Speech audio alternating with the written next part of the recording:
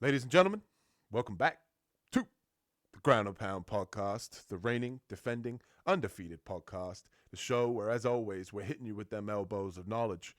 And as always, I'm here with my co-host, Carlos. What's happening, Carlos? Absolutely nothing. Absolutely nothing. And this week on the Ground and Pound podcast, we're obviously breaking down Marvin Vettori taking on Roman Dolidze 2, the rematch that no one wanted and no one asked for, but we got it. And fight fans are going to be happy. We've got another card coming off of a huge pay-per-view, and there's some really interesting matchups on this card. I found this one pretty hard to break down. What were your thoughts on this card? How do you feel like this fight night is going to go in terms of our picks, Carlos?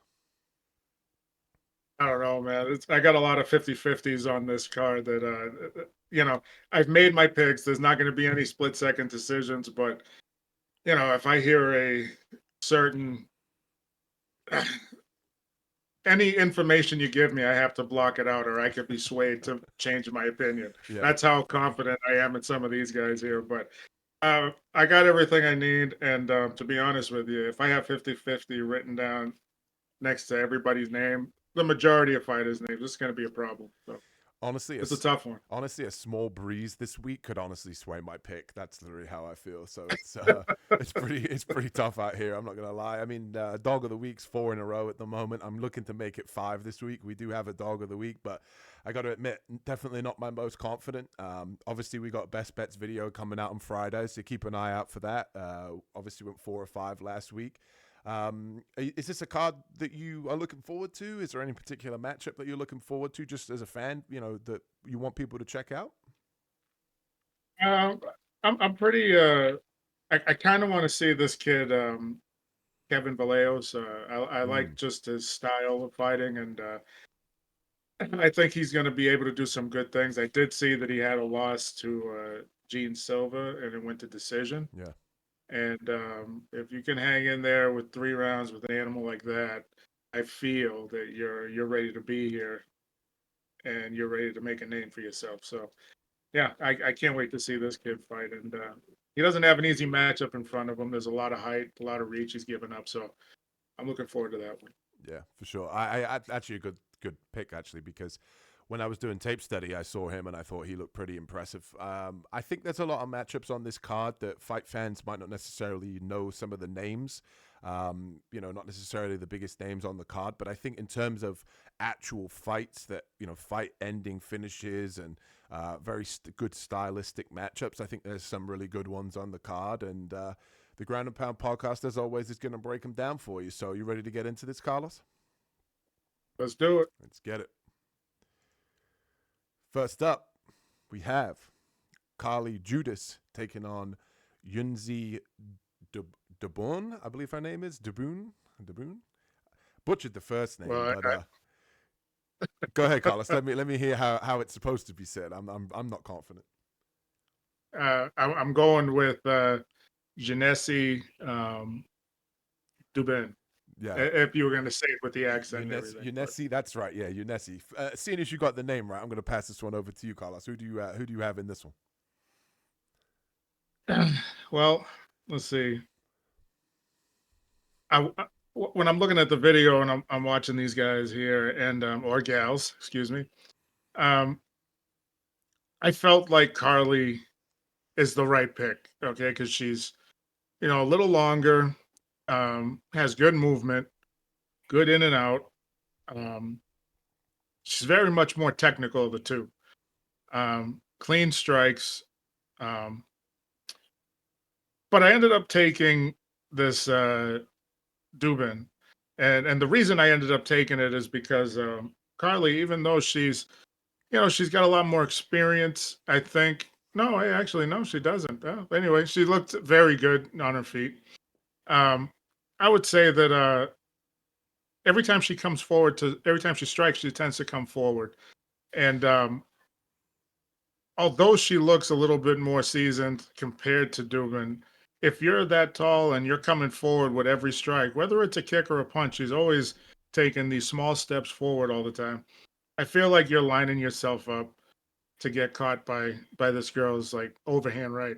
The problem is she knocked out. She had a good knockout on the Contender Series, but does that power hold up every time she lands? Mm. And I took a look at her fight record, and I saw that she's got a lot of finishes in the first round. So maybe it does hold up, or does it hold up at the level of the UFC? Like, do some of these girls have a better chin at this level? We'll see. And it'll start with Carli that night. And yeah, I'm taking Duben. Okay. Okay. I thought I was going to be alone on this island taking Duben, but yeah, I'm also going with Duben as well. If I were to say to you before I do my breakdown, who do you think would be the favorite? I noticed at the start you said you think Carli should probably be the favorite. So you think that she's the favorite on the betting odds too? Um, well, you know how the betting odds are with these guys coming off the Contender Series.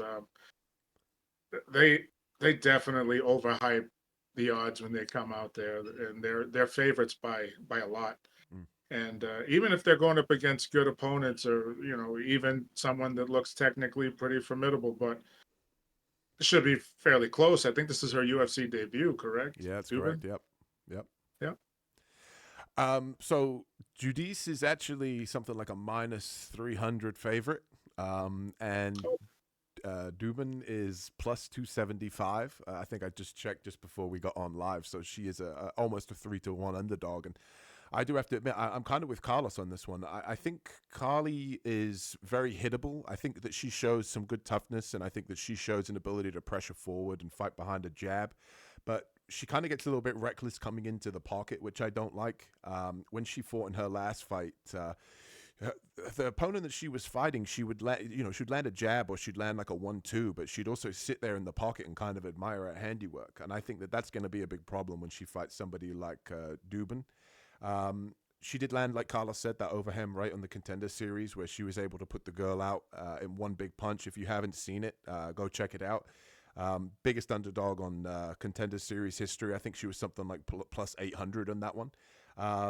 Fighting out of Venezuela, obviously not necessarily known for the best promotions, but all 6 of her wins coming by way of finish early in the first, and she does have a submission on her record to boot as well. I am also, like I said, going to go with Duben, and she's actually going to be the dog of the week this week. So you're not going to have to wait through the whole card, ladies and gentlemen. She's going to be the dog of the week. She's going to go for 5 straight picks for underdogs. Currently 4 in a row, like I said, thanks to Justin Gagey last week. And we're gonna go out on a limb here. We're gonna pick Duben. I think on the feet, she's going to be able to land the bigger power shots. The only issue that we're going to have here is we've not actually seen her ability to last past the first round. We don't know what her cardio looks like, but from doing a little bit of further research, I noticed that the UFC, the second that she passed her Contender Series fight and won that fight, they actually took her over to the UFC PI, and they got her started to train there, working with a strength and conditioning coach and a nutritionist. So I think that she's going to be diving headfirst in, and I think the UFC is going to want to promote her purely because of the fact that she's a lot of the smaller women don't necessarily get finishes. So the fact that this woman's had 6 finishes, she's had a highlight reel knockout on the Contender Series, I think the UFC's really got behind her since that win. So I expect to see the best from her. And the thing with Carli that I noticed too is she's never actually beaten an opponent that has a winning record. So when you look at her, 3-2 record, the 3 wins that she's actually got in her professional career are over people that don't have a winning record to begin with. Her 2 losses in the UFC as well, so she's 0-2 in the UFC, and those 2 opponents that she lost to also are 500 in the UFC. So, like I said, they are legitimate, competition, and she's not able to beat them. So what makes me all of a sudden think that Carli's as a 3-1 favorite is going to beat Duben? So dog of the week, going with Duben. Not necessarily my most confident, like I said, but hopefully she can make it 5 in a row. I knew that was a surprise to you as well, Carlos. We just talked about that before we got on. He's like, who are you picking? Who are you picking? So you probably didn't expect that one, but don't make it act like I want to know your picks. Oh, Keep okay, them to yourself. okay. That's it. Maybe Carlos does better than me this week. We'll see. This fight coming up, we've got Josiane Nunes taking on Priscila Cachoeira, and I'm going to pass this one to you. Brazilian versus Brazilian. Who do you have in this one? I hate to see Brazilian versus Brazilian violence. We don't need that anymore in this society. Yep. Let's see. I know that was a terrible joke. Anyway, uh, Nunes has heavy shots. Does she really? She had a good finish, but since being in the UFC, like she hasn't really had a good stretch. And you know she's very wild when she throws. Looks kind of like she's swimming sometimes. Um, Feet and hands aren't very quick. She could hurt you if she lands, but it's still yet to be seen just how badly she could hurt you. Could she catch you when you're not paying attention and you don't see it coming? Yeah, anybody can. But I think her power was just a tad bit overrated. So in this one, I'm going with Cachoeira, and Mm. she's a little taller. Uh, so even though the reach is a little shorter, like she's still going to force Nunes to punch upward. So it's going to take a little off it. She swings wild at times too. She doesn't mind mixing it up, getting into a war, but she's a bit more like technical than Nunes. But uh, likely this fight's not even really going to go to the ground as well. But both can survive on the ground pretty decently if they end up falling there. But these guys are going to stand on the feet. They're going to bang.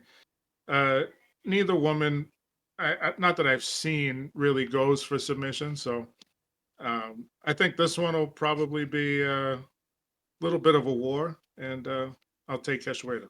Mm. The zombie girl. I do like her walkout music, the Cranberries, zombie, zombie.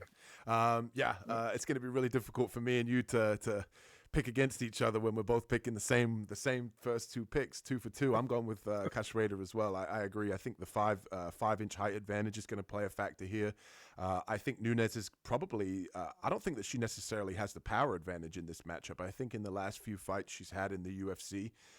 She's probably been the harder puncher, but I think that's kind of an optical illusion just because she kind of swings and yells pretty loud. But I actually think Cachoeira is the tougher, more durable fighter. I think that the secret with her is that opponents would take her down. Miranda Maverick, Jillian Roberts, they all would take her down. Jasmine Jazz Divisius, they all take her down and submit her or get her in some sort of not necessarily dominant position. Whereas we're not going to see that from Nunes in this matchup. This is going to be mostly striking, like Carlos said. I think the power advantage goes to Cachoeira. I think that her ability to actually fight higher level opponents up until this point, I think she's going to take something from that. And she's lost her last two, so I think that she's going to be wanting to get back in the win column, or she might be fighting for a job. And I think Nunes is overrated, and Cachoeira's also the dog, and she's not somebody I'm going to be betting on this week, but you heard it here first, 2 for 2 on the Ground and Pound podcast, so maybe it might be worth a little sprinkle on Cachoeira as an underdog this week. So that's who I'm going with as well.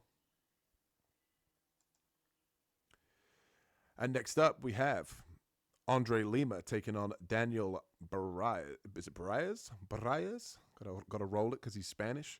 I'm going to pass this one over to you, Carlos. Who do you have in this one? Well, I like Lima because he's strong. He's aggressive.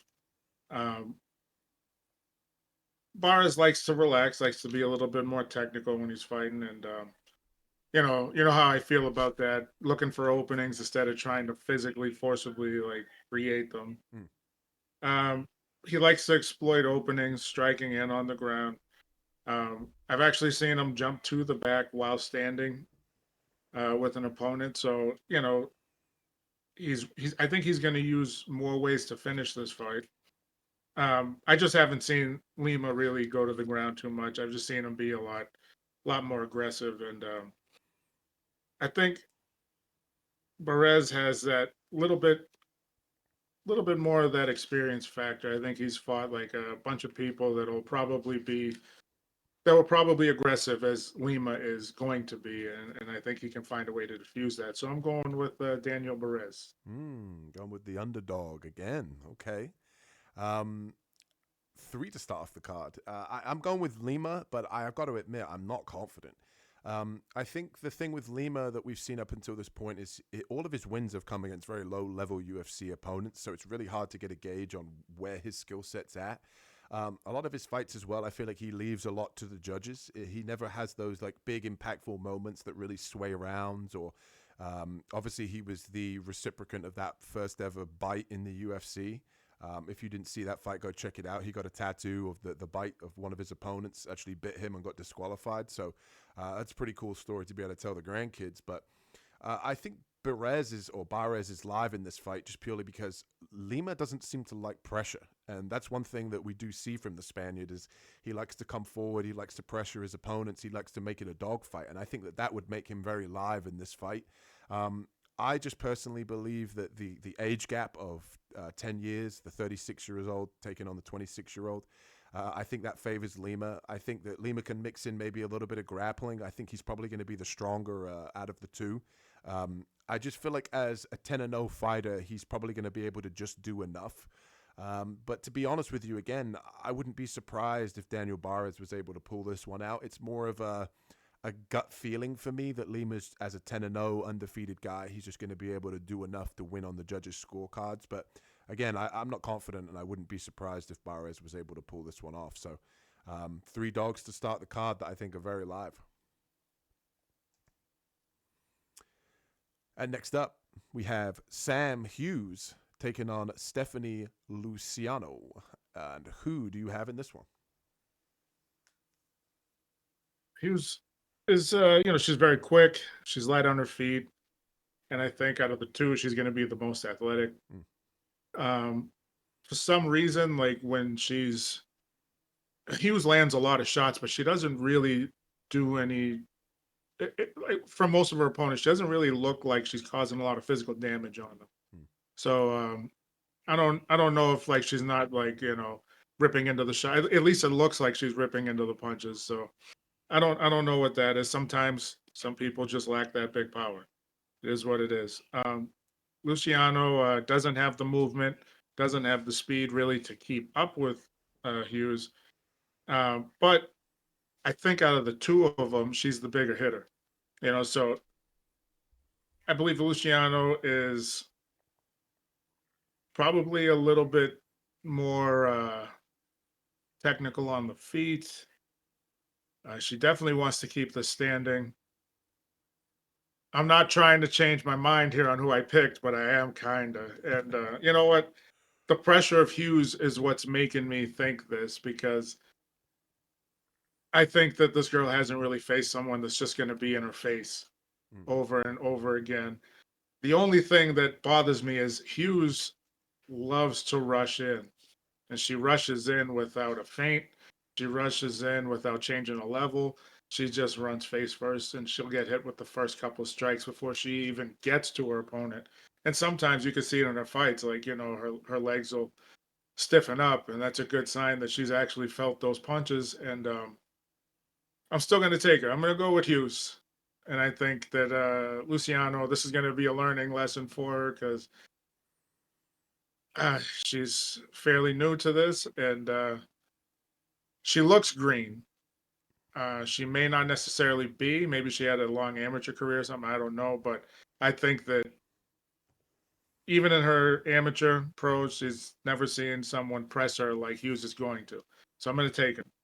Stop making me change my mind. I can see it in your face over there. I'm going with Hughes as well. I look at it, and you hit the nail on the head. I think the pressure is going to be a big factor. I think the way that this fight goes to me is that Luciano is going to pressure early. She might even win round 1 with the striking, just being a little bit more cleaner and a little bit more precise with her striking. And I think as the fight goes on, it's just going to kind of be a little bit of a changing of the guard moment. Like you said, she's going to learn what pressure feels like. She's going to learn what happens when her opponent is still standing in front of her with the better cardio. And that's exactly what Sam Hughes is she just puts pressure on people, and she's not necessarily the most skilled fighter, but she's just going to be able to walk forward. And I just don't think that Luciana's going to be able to get her off of her in rounds 2 and 3. And Sam Hughes again is the underdog, and I think I'm going to throw some money, some dollar at Sam this week. I like the pressure that she puts on people, and I think that she's very underrated in the UFC. I think some of the wins that she's had are much more creditable than Luciano is.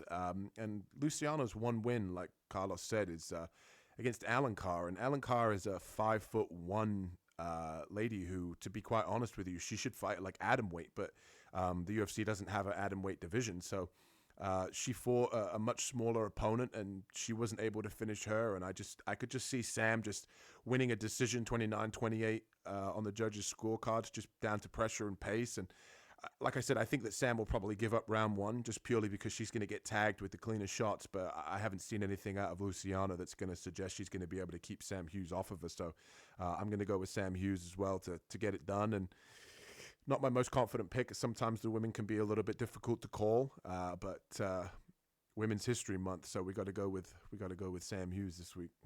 I don't know why it has anything to do with Women's History Month, but hey. And next up, a name that I'm going to butcher. We have got Josias Musasa taking on Carlos Vera. And I'm going to kick this one off. Carlos Vera is somebody who we've seen before fight Rinya Nakamura in his last fight, I do believe. And Vera is one of the guys that trains over there with Ryan Hall. Very, very slick off of his back. He's pretty much what's known in the MMA world as a bit of a butt scooter. He'll pull guard just to get the fight to the ground. He doesn't have really much interest in striking. He just wants to be able to get the fight to the ground.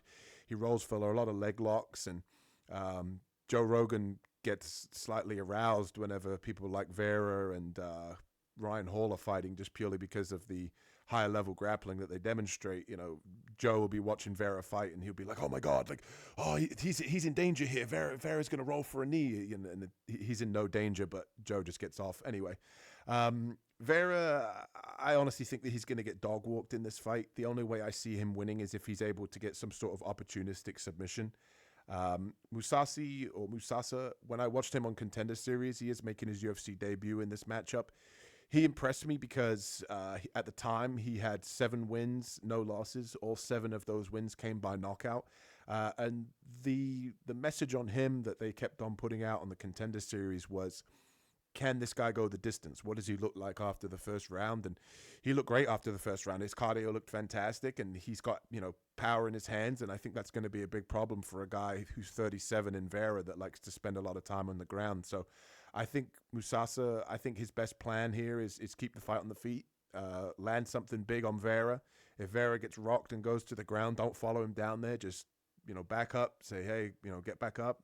And I think he'll have a lot of success beating this guy up on the feet. I think there's a huge power difference, a huge athleticism difference here. And I like Musasa. Definitely not super confident because we haven't seen what his fight IQ is like, and we haven't seen too much of his wrestling. He did get taken down in his UFC debut, but he was able to get right back up. So, like I said, I'm going to go with Musasa in this matchup. I feel fairly confident in him to get it done here, probably by KO if I'm being honest. So what do you think about this one, Carlos? I did go with Musasa. Okay, I like the way that he. I like the way he looked in the Contender Series. The one thing that I did like was he was getting up fairly easy against someone that was taking him down. So the kid had some good wrestling, and but the way he was getting up was a little raw. I think he was just overpowering his way back to his feet. Some of it was technical, and some of it was just kind of, as Derek Lewis would say, just get back up. Just get up. And he just can get up like that. The only thing that kind of worries me is as you're getting up, are you cautious of what your openings are? You extend your arms to get your body up. Is Vera going to grab a submission? Is he going to go for a leg, a knee bar, an ankle lock, anything? And I feel that Musasa should be educated enough to avoid it. I think he's strong enough to get out of certain positions. He may have to use a little bit more of his physicality to avoid the grappling. But I don't know if there's going to be a knockout. Knocking out guys like a Ryan Hall or Vera, it's a little difficult because, Ryan Hall, Eminari rolls all the time. And they come at you at a very slow pace. And then they just kind of, as I hate saying it because I like grappling, I like wrestling, but they go right for your crotch, put their head right there and take you down. And it's very hard to get the timing on that. I don't think Musasa has that ability yet, but I'm going to take him. He's still pretty raw the way he fights. think he started fighting his pro career in like, was it 2000 Something like or that, yeah. 2019? So Yeah. he's compared to Vera, the ground game is not going to be there, but I think he's got enough to stay out of harm's way. You think he's going to get a finish? I do, only because I think that they're worlds apart on the feet, but I also know that they're worlds apart on the ground. And I just think that if someone in Musasa's team's got to tell him, like, keep this fight on the feet. And I just think that Musasa's power, I just think, is going to be enough to land on Vera.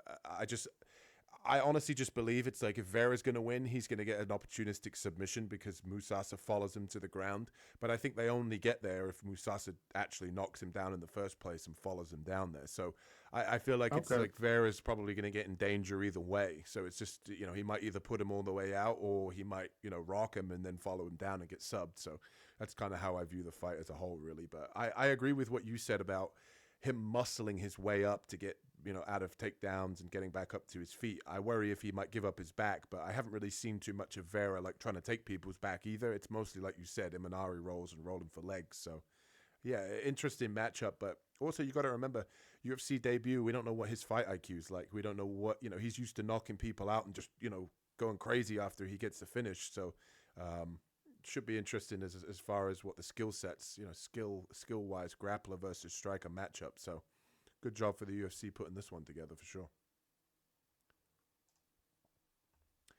And next up, we have AJ Cunningham taking on Seung Young. And I'm going to pass this one over to you, Carlos. Who do you have in this one? Well, before I knew the weight class for this one, you said he's going to bantamweight for Yeah, this. yeah. Do you want me to say that first? So AJ Cunningham Yeah, was. because I thought it was going to be a 45. Not that that's his weight class, but go ahead. Yeah, so for those that don't know, AJ Cunningham fought at 155 in his UFC debut, and he's actually moving all the way down to 135 at bantamweight in this fight. So the fight's actually taking place at 135. I know I have 145 there, but I actually didn't realize that Cunningham was going to be dropping that much weight. As you can see on the screen, 5'10", coming down all the way to 135. That's a huge bantamweight. So one thing I would say just before we do kind of break this down is just make sure that, you check at weigh-ins if you are going to bet on this fight to make sure that both guys do make weight, because that is a pretty big weight cut. So if there was a fight I could bet on that might not happen this week due to a medical weight cut, it's probably this one. But yeah, go ahead, Carlos.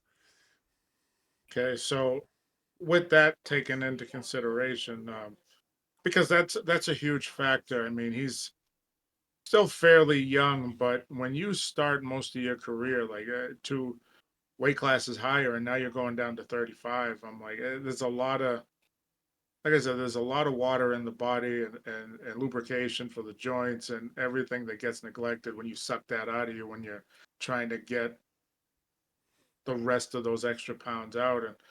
And maybe he doesn't take a punch as well at that. And not to say that he took punches great at 55, but he was still pretty durable. But at 35, he may be the bigger person, but I don't know if that's the right option for him. But anyway, goes back to it is with his over aggression, because he does like to press you. He likes to stay in your face, and I think that's going to lead to a couple of possibly easy takedowns for you. Uh, you can get AJ on an overhand reaching, you know what I mean? Like even like on a leg kick, and just pick his ankle. And Hmm. I've seen him take some double legs from the middle of the ring. Not to say that he's got great wrestling, but he's able to get somebody to the ground. And when you get somebody to the ground, he he's got pretty good control, top control. And I don't know if AJ has what it takes to get back up as easy. So he's going to burn more energy getting back up at a weight class he's not used to being in. So there's all sorts of factors here. So I'm going with Yu Sun Young. Is that the right way to do it? Say his Yeah, yeah, name? yeah, yeah. That's right. Spot on. Okay. Wasn't sure if it was Su Young Yu. So okay. I'm also going to be picking Yu Sung Young, but I got to admit, I mean, AJ Cunningham is like the definition of toughness. I mean, for those of you that don't know, he's got like a pretty interesting story. We were actually just talking about it before we went live for the breakdown, but AJ basically was left in a dog kennel by his father, forced to fight his other siblings, and was fed dog food, and other other food out of a dog bowl, along with a lot of other things that he's kind of been through as far as adversity in his life. And Carlos and I were both saying like he's a guy that you really want to see do well in the UFC, just purely because of the fact that what he's been able to come through to be able to get to this point, and be fighting as a professional fighter in the UFC. So hats off to him to make it to this point in his life, and be able to be on television fighting in the UFC.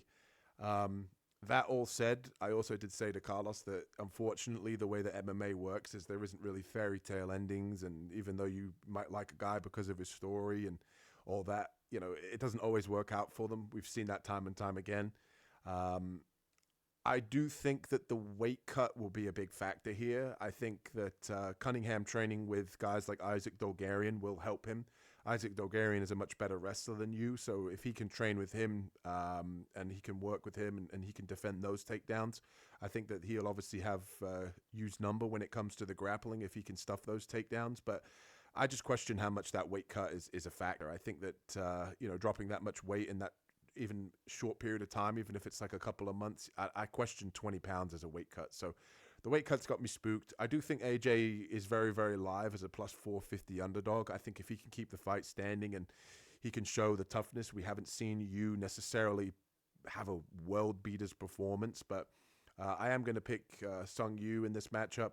Very, very low confidence, and I don't hate a small bet on AJ. Like if you've got a couple of bucks lying around and you just want to sprinkle on AJ's money line, maybe by decision, I think that would be very, very likely. I think the odds are far too wide, and I'm picking you this week, but I'm rooting for AJ Cunningham for sure, especially through what he's been through. So. And next up, we have got Waldo Cortes-Acosta taking on Ryan Superman Spann. Big fan of Ryan Spann in this matchup. And I got to admit, I'm very surprised that he's moving up to heavyweight in this one. I don't know if you saw that, Carlos, but this one is taking place at 265. And who do you have in this one? I know you're probably going to think otherwise of me now that you said you like Ryan Spann. I think Ryan Spann is very talented. I think that he has everything that you look for into making a fighter. He's explosive. He's got heavy punches, heavy kicks. Doesn't throw enough kicks, but he's got heavy kicks. He's very athletic. Strong, powerful guy. He's got height. He's got reach. I can't trust him to show up every night. And maybe it's because being at 205, he wasn't sometimes you lose a little too much weight. He does have some big legs on him, and that makes it very difficult to cut weight. You know what I mean? A lot of times you see guys that are big because they got big shoulders, big back, but when they cut down all that weight, their legs aren't massive. And maybe that's something that was draining him, that he thought, hey, you know what? I better make the move up to heavyweight. I have the frame for it. Let me do it. But I still don't trust Ryan Spann, as talented as he is. And Waldo Cortes-Acosta, he may not be the biggest physical specimen we've ever seen. He's not. We've seen a lot worse here in the UFC, but he's always coming out with a stiff jab. He keeps everything very basic, which I love the basics, so that's fine. Basics always work. 1-2 is the first combination. People get knocked out with it all the time. So he loves to just jab, 1-2, jab, 1-2, and he just moves. Stuffs takedowns. Haven't really seen a lot of jiu-jitsu from him, but he also just likes to be back on his feet. So when I have seen him get taken down, he's gotten right back up. So I'm going with Waldo. I don't think this is going to be an exciting fight. The slower the fight gets, the slower the pace gets, the better it is for Acosta. and I know he knows how to make it a very sleepy fight. And he has a way of making everyone like just lull them into his style of fighting. So I'm taking Waldo in this Okay. Okay. Um, I don't know how much of a basketball fan you are, Carlos, but are you familiar with Kenny Smith? one. Yeah, When Kenny talking Smith, about the Jet, right? yeah, yeah, the Jets, yeah, Yeah. that's right, yeah, yeah. So for those basketball fans out there, when Kenny does the dunk contest, he does the commentary for it. He says he comes out of the booth and it's Superman is in the building. So that's why we're going with Ryan Superman Spann. Is it a Yeah. bird? Is it a plane? No, it's Ryan Superman Spann.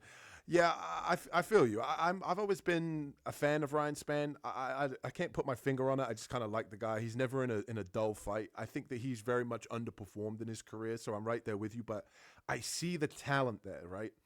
He's got some notable wins. He's got really nice guillotine, really nice ninja chokes. He's able to grab a neck if you do shoot sloppy takedowns. I think he's got power on the feet.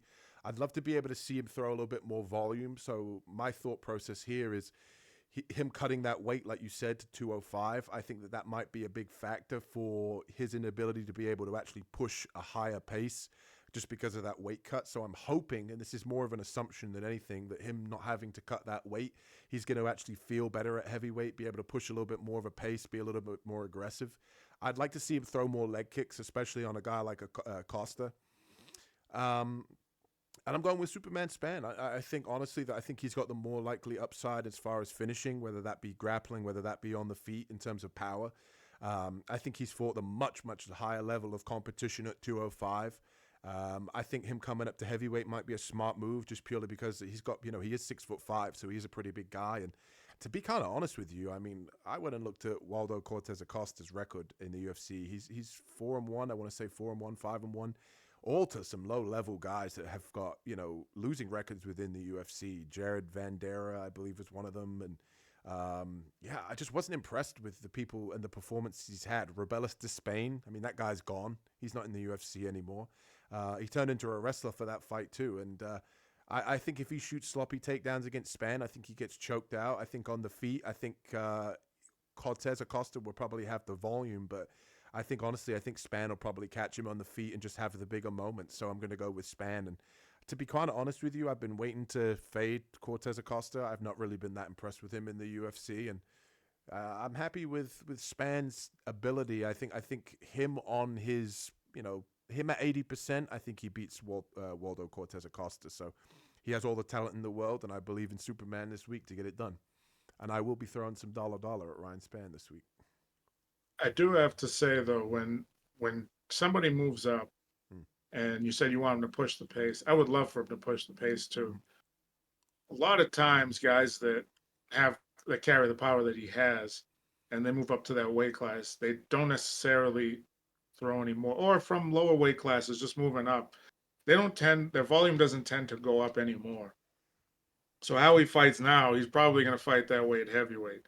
The only thing is I'm thinking is, was there something keeping him back, or is it just a mental thing where sometimes he's ready to fight and sometimes he'd rather be someplace else? Yeah. So I don't think the output's going to be any better, and that's one of the reasons why is he doesn't have a ton of output unless he knows he's hurt you, Mm.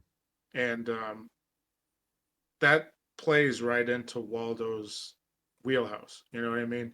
And he wants that fight pace to be slow, and he wants you to throw it overhand heavy all the time on the feet because he can block it. He can roll with it. I, you look at the two and knowing the two of them, you're like, Ryan Spann should win this. Mm. Can't trust it. Just can't trust it.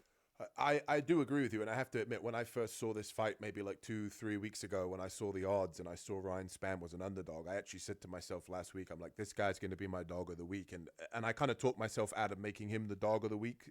So just for you guys to know, like this was going to be the dog of the week, but I kind of changed my mind. So if Duben does fail and Ryan Spann does fail or ends up winning, then I made the wrong decision. But I agree with what you're saying about like pushing the pace too, because we talked about this before when guys move up, that sometimes having that little bit of extra weight on them does affect their cardio, so they can't actually push a higher pace. So that was something I did want to get your opinion on. So I'm actually happy that you said that, because that is kind of a concern I have. But I also just don't feel like Waldo Cortes-Acosta is very dangerous. Like, he throws the right hand like a fastball for his baseball background, but it's not necessarily that technical. And I just feel like with Ryan Spann's like opponents that he's faced, that, you know, he's losing to Anthony Smith, sure, but he should have also beaten Anthony Smith. He had him hurt and he just wasn't able to get the finish down to poor fight IQ. But it's one of those things where it's like, that's also Anthony Smith. Cortes-Acosta basically just fights behind a jab and a low kick for the most part.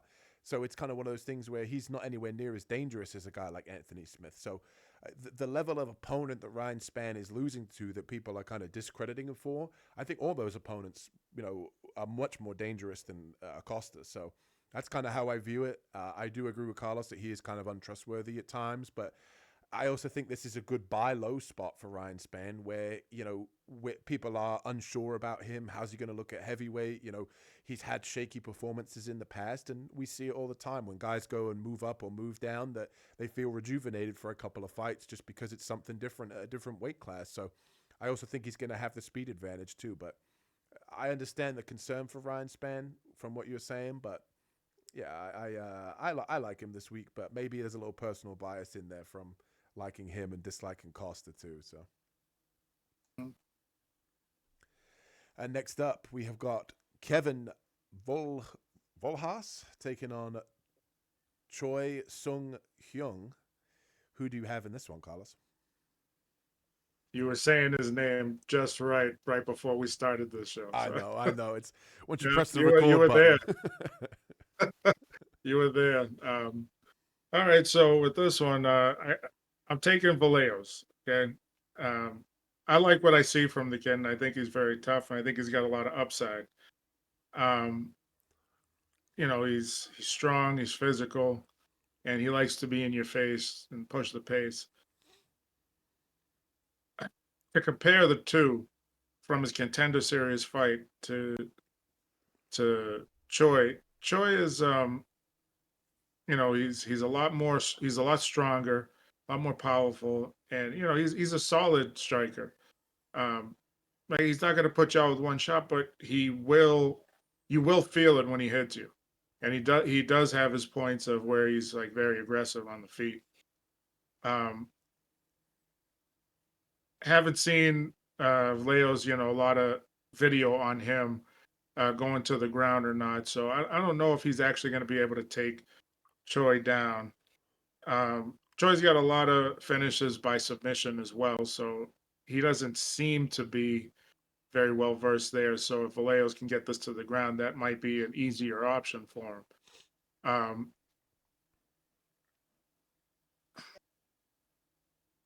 You know, Choi could put him out at any time. It can happen, and Vallejos could catch him and rock him too.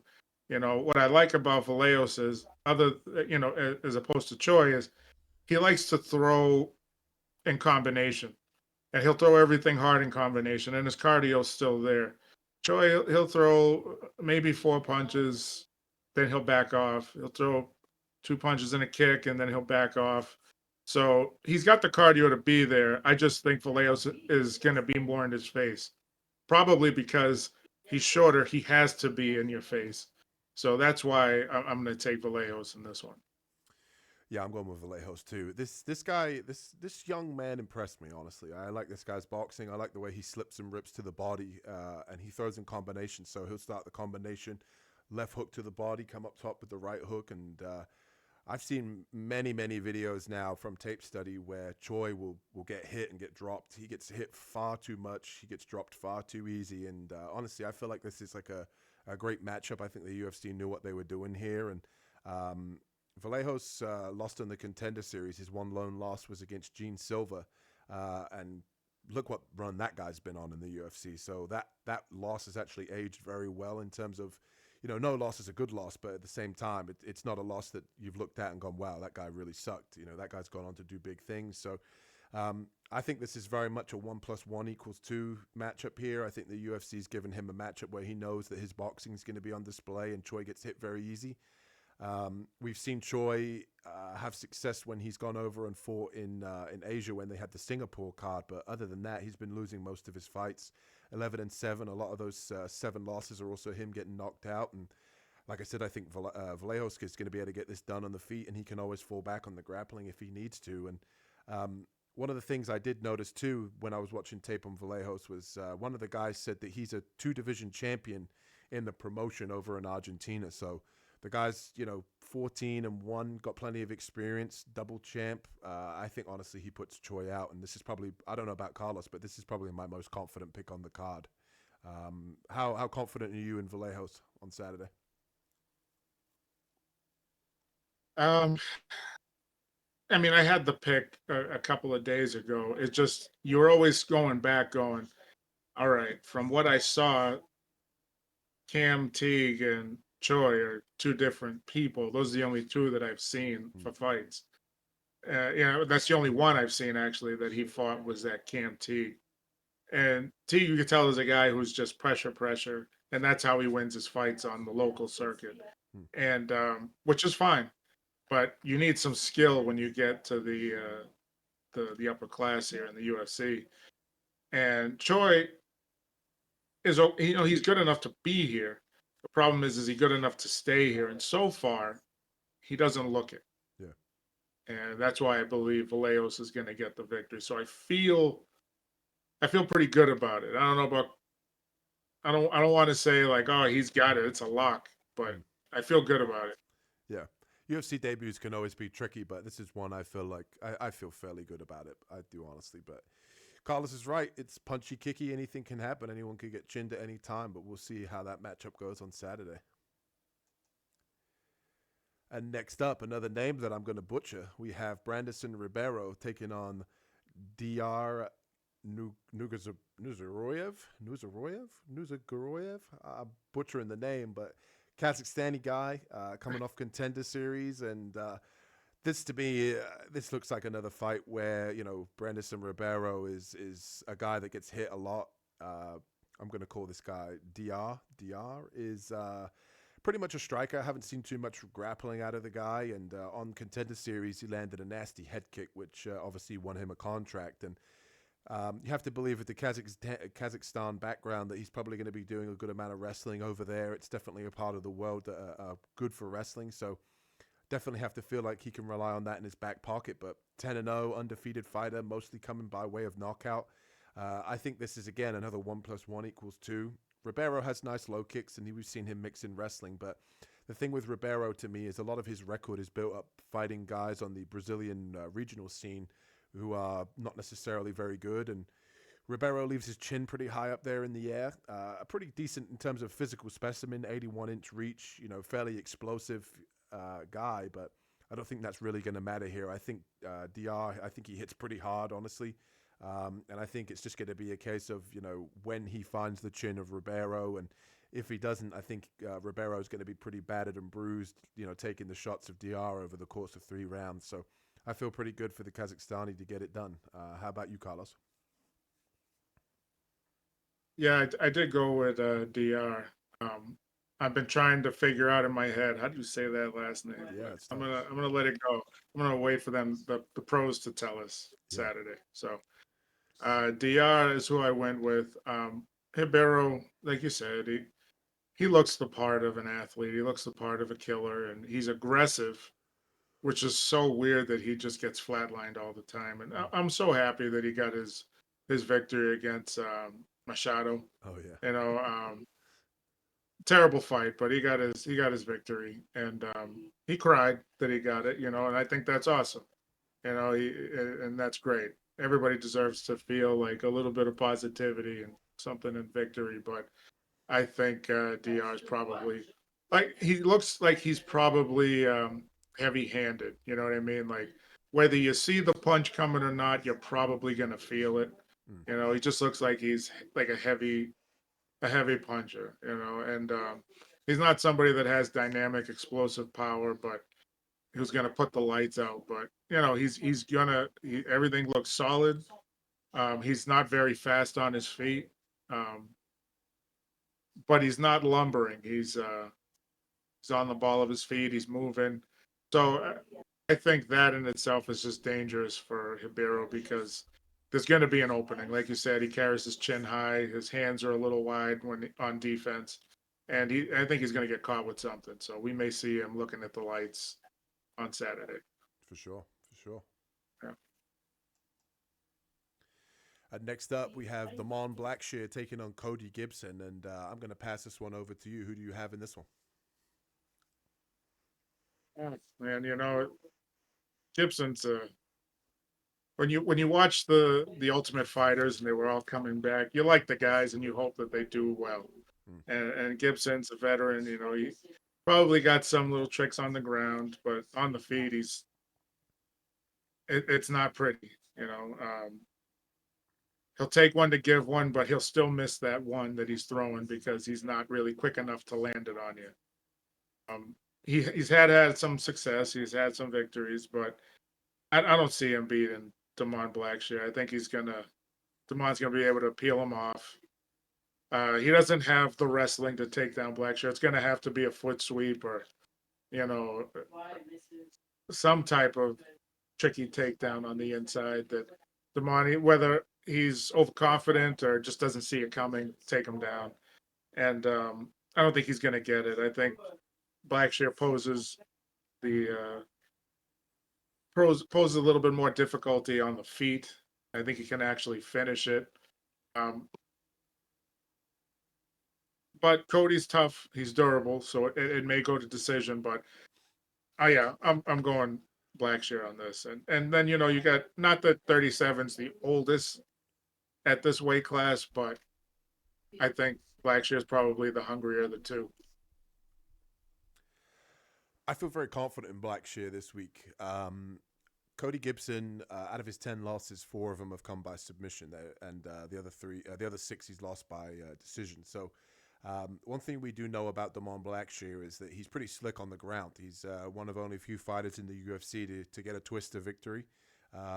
We saw in his other previous fight, he was able to drop Cody Stamen and get a rear naked choke in that fight, which I thought was pretty impressive. And the thing with Blackshear as well is I think on the feet he's going to have the speed advantage, and I think he's probably the better striker as well. I think out of the two, if you said to me which guy's going to drop the other on the feet, I think it would probably be Blackshear. So I think no matter where this fight goes, I think Blackshear is going to be able to handle Gibson in any position that he finds himself in.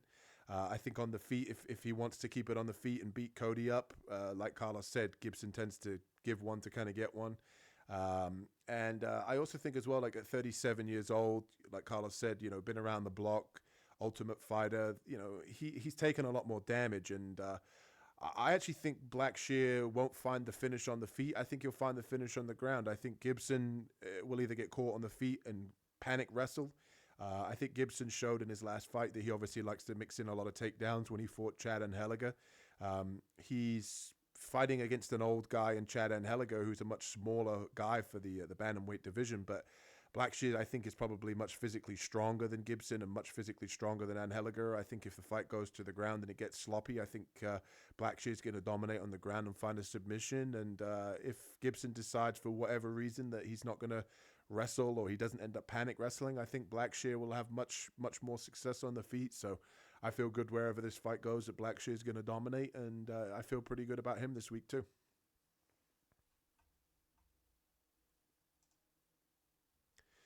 And next up, we have Alexander Hernandez taking on Kurt Holobaugh. And who do you have in this matchup, Carlos? Oh, man, this goes right back to what I was saying about that Ultimate Fighter and the guys coming back. You watch the show, you want these guys to do good, but sometimes they just get matched up with a killer. And Hernandez is not necessarily a killer. Like, he's not going to stop you with one shot. He's going to wrestle fuck you to the ground over and over again and go for ground and pound and ground and pound. And Holobaugh is going to get back up. And Holobaugh is going to look for submissions off of his back if he can. The problem is he's going to try to mix it up on the feet too. And I think Hernandez is probably, just the pace that he keeps on his feet is probably going to be a little bit too much for Holobaugh. So with that, not that I think there's going to be a finish, but I do think that Hernandez is going to get the decision. I think the pace is too much, and I think he's going to overwhelm Holloway. Mm. I can't believe on this card with all these underdogs and all these matchups that me and you keep on picking the same. I thought we were going to have a lot more dissension on this card, but I'm going with Hernandez too. But it does have to be said that Hernandez is pretty untrustworthy, especially for bettors. Like we've seen him in the past that sometimes he just kind of has flat performances where he gasses out. And I definitely think he's better off at 155 than cutting all the way down. I think it was, what was it, featherweight, bantamweight? Who knows what he was, he's a big muscular guy. I don't know how he's cutting all that weight, but I think 155 is his home. I think in his last fight when he fought against, I want to say, was it Cody Gibson in his last fight? But Was my Hubbard, Austin Hubbard, that was who he fought last. other? Yeah, yeah. Yeah, when he fought against Austin Hubbard, I thought he looked pretty good in that matchup. I thought he took some unnecessary damage in the third round, but ultimately I think he looked good. I think his boxing looked crisp, and his ability to stuff takedowns was what impressed me. And I think Kurt Oliver, I think honestly the guy is very good off of his back. I think he has decent boxing, but it's I like Kurt, to be honest with you. After watching him on The Ultimate Fighter, like, his family, they all own a gym together. His son is big into MMA and jiu-jitsu as well. And I just kind of question, his ability to actually train and be a good fighter at this point at 38 years old. I think his focus more now is kind of getting a paycheck for his family and focusing on running that gym. And I think somebody like Hernandez, still at 32, at the end of the day, I still think he's got some good fights in him. And I think he's going to be able to stuff a lot of Kurt's takedowns and keep the fight on the feet, where I think Hernandez is just going to be that little bit, better on the feet in terms of the boxing. But I think Hernandez is going to win rounds 1 and 2, and then Kurt's going to kind of have a moment in the third round and kind of win that round. And we're going to be saying like, oh, was the second round definitely for Hernandez? And he kind of wins a 29-28 decision. But ultimately, I think Kurt's going to be able to last till the final horn and maybe win the third round. But I think Hernandez is going to have success in rounds 1 and 2 and ultimately win the decision. But he's definitely not going to be somebody I'm going to be betting on this week because he's let down a lot of people in a lot of spots. But I do think he looked good in his last fight against Austin Hubbard. So maybe he proves me wrong and has a good performance, but he is a little bit hard to trust at times. To be honest with you too, I forgot about that fight, and I was surprised that he did take so much damage against Austin Hubbard. The problem is Hubbard actually wants to come forward and press on the feet.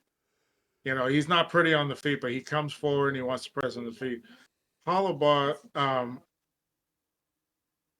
don't know if he's really got a heavy shot like they say he does, like on the show, because he put out someone with a shot. Yeah. But now I'm thinking third round, Hernandez is getting to that age, and for some reason that age probably hit around 30, where he used to be. It looked like he wasn't really breathing heavy in the third round, but now he's starting to get to the point where he can lose that entire round. He doesn't really get takedowns very efficiently in the third rounds now. So I'm like, well, Kurt Holloway could probably pull it out because Hernandez is going to want to take him down, and Holloway, he's a black belt in jiu-jitsu, and Hernandez gets very sloppy. I'm like, maybe we're looking at a rally in the third round. Yeah. I'd feel happy for the guy because, like you said, family man. I love the Ultimate Fighter when all those guys were on the comeback. I'd like to see Holloway pull it out, but I actually felt very confident until right now. The Austin Hubbard comment. I still feel pretty good. I'll go with Hernandez. I agree not to bet on him though. The one thing I will say about Hernandez in that matchup, though, is against Austin Hubbard. Austin Hubbard trains at altitude in Denver, Colorado, and that fight was actually at altitude in Salt Lake City. And Hernandez didn't look like he was slowing down in that fight. Like he looked visibly decent in terms of his cardio in that matchup, which was something to be said compared to other fights that he's had in the UFC. And at lightweight, he's got a much better track record in terms of wins and losses as well. So I will say that I although he did take damage in that fight, his narrative has always been he slows down and gasses out. So he didn't look that way in that fight, and that fight was at altitude. So maybe he's turned a new leaf when it comes to his cardio, but I definitely do think if you're going to bet on, if you like Kurt Holliber in this matchup and you're like, I must bet on Kurt Holliber, I would honestly just wait until like the 1.5 round line hits and wait until about halfway through the fight. You'll probably get a much better bet on Holliber. He'll probably be a much bigger underdog at that point, and probably bet on him then, maybe to hopefully, like Carlos said, to have like a late rally when Hernandez slows down. You'll get a much better number if you live bet him, I think. So I agree with Carlos. I definitely would like to see Holliber, stick around in the UFC. I like the guy as a family man, but I do think Hernandez is probably going to be able to pull it out. And next up, UFC Fight Night, we've got the co-main event. Chidi Njokuani taking on Eliza Zaleski del Santos. And I'm going to pass this one over to you, Carlos. Who do you have in this matchup? I don't like giving up on Chidi because I like the name Chidi Bang, Chidi Bang Bang, and Njokuani. But I am going with Zaleski dos Santos. Chidi's good. He's got very good striking. He's very long limbs, and he should be able to stay outside and keep the distance. But Dos Santos is, he pressures. He likes to get in your face, and he doesn't really tend to fade too much in his fights. And this is a 3-round fight, and we've seen him go 3 rounds, and he looks good from start to finish. Uh, some of the sloppiness that he has in his fights is the fact that he comes forward and just allows himself to get hit sometimes, and Andrew Kawani, sometimes by the beginning of round 2, he's already slowing down.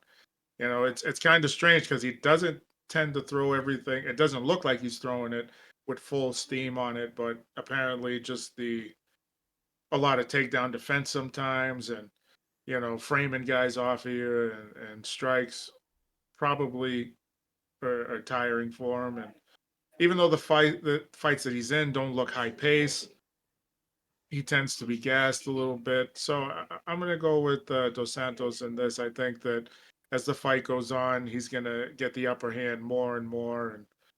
And you might even see a stoppage. But I think that Chidi's durable enough. He can get to the decision. He knows how to survive on the ground as well. And I still think there might be a finish on that. So I'm going with Dos Santos. Yeah, I'm going with Dos Santos as well. I'm with you as well. I do like Chidi, to be honest with you. I don't know what it is. He's definitely, after the UFC, got a career in voice acting. I don't know if anybody's ever heard Chidi's voice for the post-fight interview, but after you're done watching this video and you're done liking and subscribing to the video, go check out Chidi's post-fight interview. The guy's got a crazy, pretty cool voice. And he's got some nice kicks up the middle. He throws a lot of straight punches. I think Chidi's move from middleweight at 185 down to welterweight at 170, I think that's probably done him some good for his career longevity. I think that he was taking too much damage up there with some of the bigger guys. And although he is pretty big for the weight class at 6'3", I think that his range and his Thai kickboxing, I think that that's definitely a weapon that's been able to be used at welterweight so far. And I do think Dos Santos is going to have trouble finding the range with Chidi, but in multiple matchups we've seen with Chidi that if you kind of get a body lock and a trip takedown and get him on his back, that he might get up once, but he ain't getting up twice, 3 times, again and again and again. And I think that's going to be Dos Santos' game plan here. I think if he mixes in the wrestling and gets takedowns, he's pretty good at taking the back. We saw that in the Randy Brown fight, that he struggled with the range on the feet. He was able to land a little bit, but fighting a guy like Randy Brown to a split decision, there's no shame in that. That's a high-level opponent that he's been able to stick around with there. And both guys had their moments in that fight. And like Carlos said, I think, at 38, Dos Santos hasn't shown signs of slowing down.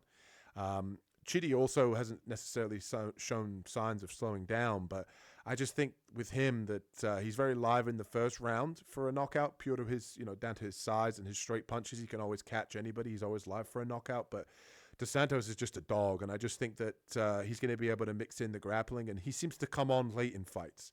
If he gets knocked down in the first and he doesn't get finished in rounds 2 and 3, he seems to be able to kind of rally back pretty well, and he's got a lot of power on the feet, and he was able to fight Renat Fakhretdinov to a draw where he was able to 10-8 him in the third round after losing the first 2 rounds. So that kind of just, shows how much of a dog that guy is. And I just feel like Chidi will have his moments in round 1. It might look, maybe in favor of Chidi, but I think ultimately Dos Santos is going to be able to get the victory, just being a more well-rounded MMA fighter and mixing in takedowns in the matchup. So I'm going with Dos Santos too. And that brings us to the main event. If you haven't already, hit that like and subscribe button for all the content. And we've got Roman Dolidze taking on Marvin Vettori. And I got to admit, I'm surprised that they kind of did this rematch. I don't really... there was a lot of controversy in the first fight, and I'm going to get Carlos's opinion on who he thought won the first fight and if you thought it was controversial. But Roman Dolidze taking on Marvin Vettori. Who do you have in this one, Carlos? Well, I actually don't remember the first fight too well off the top of my head. I watched some of it leading up to this, and what I did see, because I didn't watch it all the way through, was I think Roman he was throwing a lot wider on the strikes, and he was forcing Vettori back up against the cage, but Vettori was throwing the straighter shots, kind of keeping Dolidze at bay. Now I don't see like Vettori as a big puncher. He's never been a big puncher, and Dolidze's been, if he hits him with some of those shots, I mean, he's got the legendary chin here in front of him. So I don't see him putting out Vettori. But what I do see would be his best way to win would be for Dolidze to try to get him to the ground. The problem is Vettori's takedown defense is pretty damn good. And they're both strong. They're both animals. Dolidze needs some wrestling to get him down, and he doesn't have it unless he's been working on it. And I think in the first fight, that's what made it so close, was the fact that on the feet, Vettori was a little bit more conventional with the striking. Everything was straight down the middle. And it landed, but it didn't like have this massive effect. Whereas Dolidze was throwing and it was landing on the outside of the shoulders, the arms. He hit Vettori a few times, but I think Vettori landed a little bit more of the cleaner strikes, and it probably just looked good to the judges. And yeah, like that, I go with Vettori to win it again, because whether it be a close fight or not, this is not going to be a very pretty fight to watch. And it's going to be a slugfest. But the one thing that also gets me is, what's Vettori's mindset sometimes on taking this fight, because you're fighting a guy that you've already beaten, and you probably want to start moving towards the title. You figured you'd try to take a different opponent, and I'm like, maybe he's trying to get his confidence back. He thinks this is going to be an easy fight. Mentally, that could play on him, because he's like, I already got a victory. Maybe I'll just get a quick one and get back in the ring, because he's been inactive for a while. Or, was this the first matchup that he's taken after maybe he's had some injuries and had time to heal up? I don't know what the case is. I don't know if you've heard anything as well, but I just know that I don't see this fight being any different from the first one. And the first one, you could say, was close. That's why the decision for Vettori wasn't bad. But what do you think? Vettori is coming off of a shoulder surgery. He was meant to fight Brandon Allen last year, and he had what he described as just a freak accident where he had to have a pretty serious shoulder surgery. So that's why he's been out for so long. And I don't necessarily know the reason for this particular matchup. You know what I mean? Obviously, people said that they thought the other fight was pretty close, and I remember picking Dolidze in that matchup and betting on him in their first fight. And really, that first fight came down to Dolidze spamming overhand rights and Vettori just throwing the jab and the low kick. So Vettori outlanded him by, I think it was like 30 or 40 strikes. But a lot of the impactful shots were by Dolidze. But the problem was he would throw one and then Vettori would land 2, 3, 4 shots, and then he'd get hit with a right hand again. And it was... visually, it didn't look very good because Dolidze was walking Vettori down the whole time, so Vettori was kind of up against the fence. but he was landing more shots, and on the significant strikes count, he outnumbered him. So when you watch it, you're kind of like, oh, that landed, but sometimes Vettori was kind of, parrying the shot away and kind of had his hand up, so it didn't necessarily land that flush. And I think the judges obviously saw that and obviously gave Vettori the decision, and based on volume and just landing the more strikes. But I kind of this is why this one's hard for me, because I don't see what Dolidze does any different, and I don't see how the fight changes from the first time. And the problem is you've now got Vettori coming off a very serious shoulder injury. Maybe he needs some money, so he rushes back in. We don't really know too much about the circumstances of how he's going to look after not fighting in a long time. And so I go on Instagram, I look at some of the fighters, I check out what they're doing, I see who they're training with, and I notice that Vettori's training over American Top Team. And he looks in great shape. So I'm sitting there thinking, well, he used to train at King's MMA, which is a good gym, and now he's training over American Top Team. So to me, he's gone from a gym that's 8 out of 10 to maybe a 10 out of 10. So that can only help him, I feel like. And I don't know the extent of the shoulder injury, but I just don't see what changes in this matchup. And I don't think Dolidze is necessarily improved. We've seen him wrestle in previous fights, but like Carlos said, and rightfully so, Vettori is really tough to take down, so I don't see that being a factor. And normally I would want to avoid a guy that's had a big layoff, but I just don't see how this fight's going to be any different from the first one. And Dolidze at 36 years old hasn't improved in any way, shape, or form. So I hate to say it because I don't really like Vettori, but I'm going to go with Vettori as well. I think it's probably going to be another decision. This time it's 5 rounds, and Dolidze doesn't have the best cardio either. So maybe Vettori kind of steals one of the early rounds and takes away the 4th and 5th, just purely based on the fact that he has better cardio. So I'm going to go with Vettori to get it done, but I do not love it, that's for sure. And that's all we have time for, ladies and gentlemen, on the Ground and Pound podcast. Thank you for joining us. Make sure you hit that like and subscribe button. And I'm actually looking forward to this card this week. I think that it's going to be a great card, and a lot of underdogs, a lot of upsets could definitely happen. Hit that like and subscribe button, and we will see you guys next week. Keep an eye out for the best bets video coming out on Friday. Peace. Peace.